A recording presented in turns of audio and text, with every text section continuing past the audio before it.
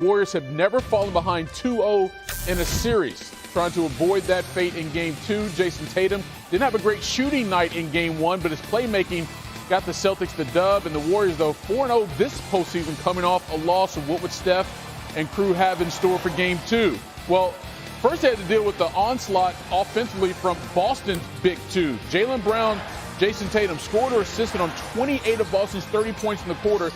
They each had 13 points. First pair of teammates to each have 13 the first quarter of a finals game in the last 50 years. But some guy named Steph Curry's on the other side as well.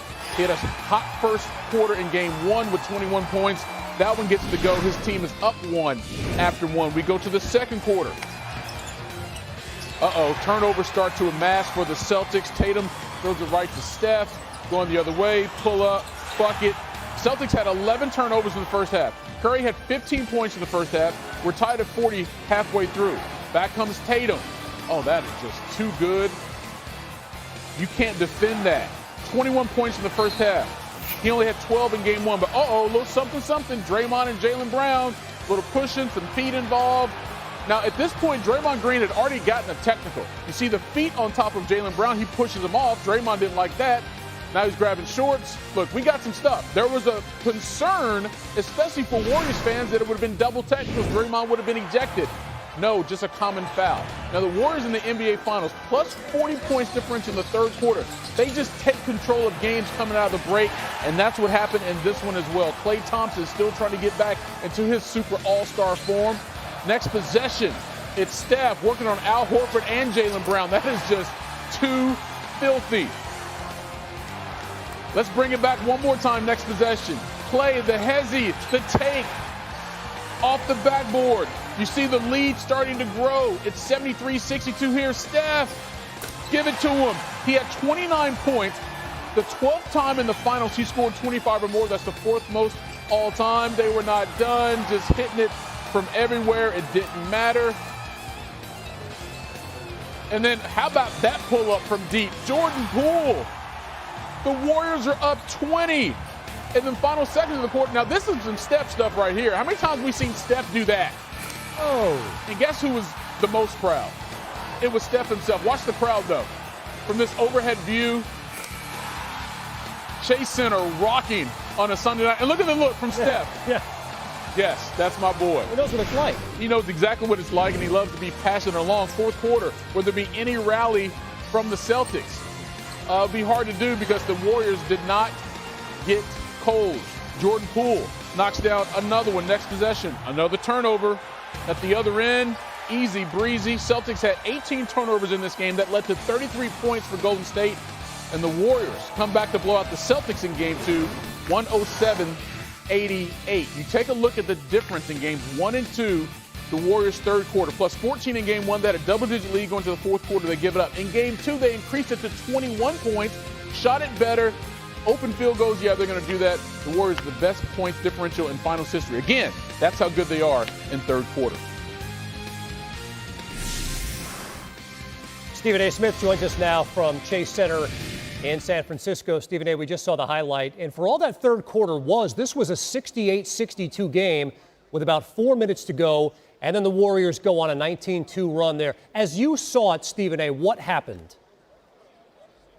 Well, Steph Curry is just a sensational basketball player. He's one of the greatest to have ever played this game. And he's a spark plug for the Golden State Warriors. When he does things right, it just energizes their franchise, it energizes their players, it energizes the crowd, and it just makes the environment very hostile confines for any visitor, particularly the Boston Celtics, who were turning the ball over and giving away stuff like it was Christmas. It was ridiculous. They ended up with 19 turnovers. They did not play their best game. It led to 33 points by the Golden State Warriors. Obviously, Jordan Poole gave them a little spark with a couple of threes, including a big-time three near half court to end the third quarter. They just went on that kind of run, and it was like a tsunami. Boston couldn't overcome it, but I also think there was a level of complacency that kicked in. The Boston Celtics came here to get a game. They got that in Game 1. So the same level of urgency that they had in Game 1 didn't appear to be, present in Game 2. And that's why the Golden State Warriors were able to tie this series. Yeah, they put 5 players in double figures. The Warriors did, Stephen A. And Jason Tatum, big scoring night for the Celtics. Jaylen Brown didn't shoot it well. He had 17. But Al Horford, Robert Williams, Marcus Smart, all of them had only 2 points. Where were they here in game 2? Well, Mike Wilbon wanted to give tremendous credit to the Golden State Warriors defense, and you have to do that because of the way Draymond Green had energized everybody. The fact that Gary Payton II got inserted back into the lineup after messing up his elbow in the Memphis series, that was a big spark plug for them, along with the plethora of others who showed up on the defensive side of the ball, switching and making sure that they contested practically every shot that the Boston Celtics threw in their direction. I'm of the mindset, however, I don't care how great a defense is. You can score 2 points accidentally if you are an NBA player. The fact that 3 starters, not 1, not 2, but 3 starters had 2 points each. Al Horford, Marcus Smart, of course. I mean, you just look at Robert Williams III. Let's name names, damn it. You got 2 points, each of you? You can do that by accident. There's no excuse for that. Again, we point to the complacency. I think they'll be a lot better in Game 3 and on, but clearly they didn't show up tonight. There is no doubt about that. Williams took 1 shot. I only played 14 minutes, but he took 1 shot. Stephen A., the Celtics had the miraculous comeback in the fourth quarter of Game 1. We had the blowout in Game 2. The series goes back to Boston for Game 3. What have we learned about these finals through 2 games? That you can't definitively predict anything because teams elect not to show up from game to game. We saw in the Eastern Conference Finals how practically every game was a blowout one way or the other until that epic Game 7. You got to look at it from that perspective. We saw what Boston did in Game 1. They were down 15 in the third. They ended up swinging it by 30 points. They were up 15 in the fourth quarter. We saw the Golden State Warriors literally going a 35-14 blitz via a 19-2 run in the third quarter, and you saw what the outcome of that was. Now you're going to the hostile confines of TD Bank Garden in Boston. They show up there sometimes they don't. They're incredibly sporadic. We don't know which Boston Celtics team is going to show up over the course of Games 3 and 4. But if history proves anything, they'll show up for one game and won't show up for the other, which means we'll probably be back here for Game 5 with the series tied 2-2. Stephen A., spitting knowledge and naming names here after the Warriors game to win. Stephen A., thanks. All right, man. I think we got as much penetration to the paint. They switched a few more things, and then turned the ball over. Didn't give ourselves a chance with a lot of those turnovers. First row in the middle. Boy, Manning sealing this media. Felt like Draymond playing more on the ball had an impact on you guys in a few circumstances where you're kind of getting into guys. I know you picked up a technical at one point off one of those plays. What do you just think his impact was on how you guys were playing offensively and just composure-wise out there? That's one player that, he can only do or guard one person at a time. So we had 11 turnovers for 18 points in the first half. And they had 9 steals, so playing in the crowd way too much.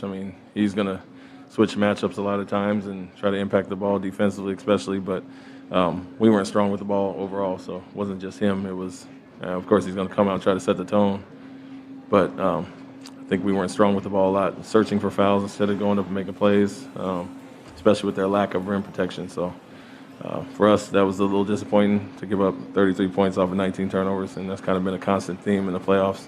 When that happens, we're in trouble. We'll go to the middle. Gary Washburn. Ime, you guys didn't play great in the first half, but down 2. How disappointing is it when the same third quarter issues happen? And 3, you guys were so careless with the ball. It just seemed like you guys were doing too much, and they took full advantage. How can you guys play such a drastically different game than you did in Game 1?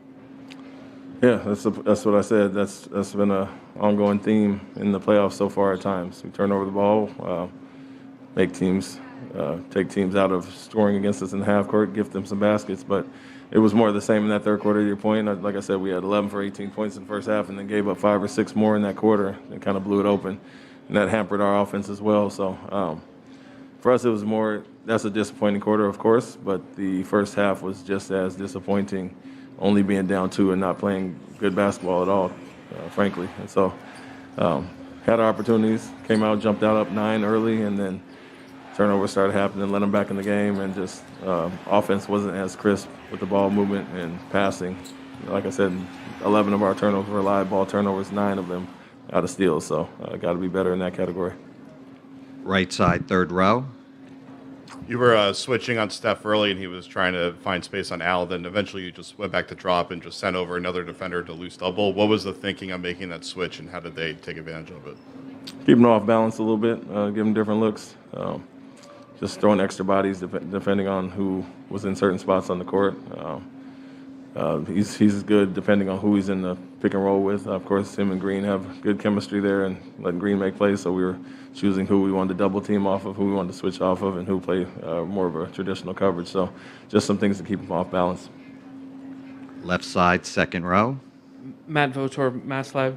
Ime, were you surprised that there was no technicals or even double technicals with the Draymond and Jalen dust up there?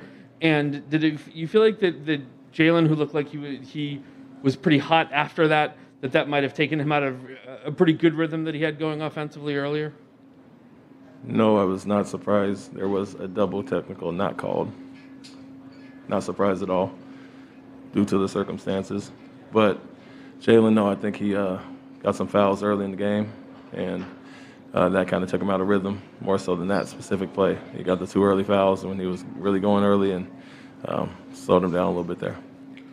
On the right side, Mark Murphy, fourth row. Hey, mate. In addition to the turnovers, they just came out with another really strong third quarter. You guys gave up 2 really big runs there. What did you talk to these guys about at halftime in terms of being ready for that run that Golden State was going to come through with? Yeah, that we didn't play a great first half at all, and we were down 2, and gave away a lot of opportunities. And instead of tightening up in that area, we did more of the same. And those turnovers and poor offense contributed to their runs. And so, team that scores as well as they do, we don't need to help them out in that category. Left side, first row.